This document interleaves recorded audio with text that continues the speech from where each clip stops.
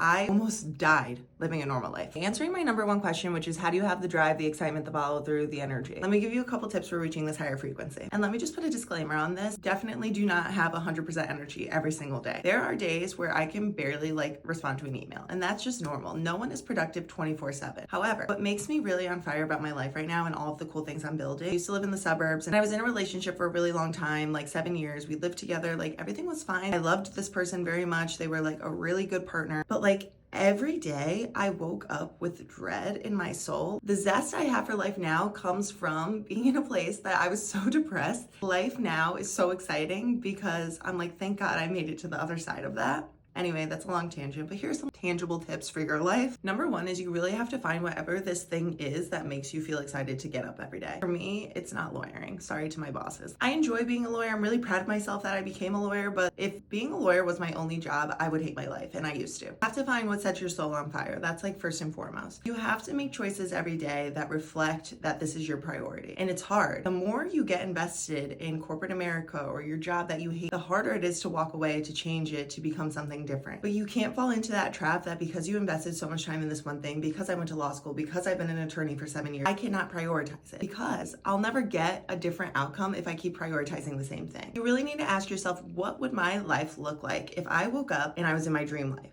How would it feel? What would I do? What would be on my agenda for that day? And then I know it sounds crazy, but just start doing some of those things. Obviously, not all of them will be available to you right away. Say your dream is to star in a movie. You're not just gonna wake up tomorrow and be in a movie. Say your dream is to be an actor, an appointment to get new headshots, and then I might do some self-tapes. So this is what I mean by alignment. You have to just start making decisions that prioritize that thing. When you're trying to reach the next frequency or have a zest for life or feel excited about things that you're doing, you have to detach from anybody in your life who would make you feel a way about that. And then once your life starts looking more like how you envision it in your dream life, it will be easy to feel excited because you're oh my God, I'm actually doing it. And momentum is a huge positive emotion for me. When I start hitting new milestones, now I'm really cooking with steam here and I'm getting more opportunities. I just hit this cool brand deal. I have an audition for this cool show. These are the things that really start adding fuel to your fire where you're just oh my God, it's actually happening and I'm doing it. From an energy standpoint, I do consume 4 caffeinated beverages a day.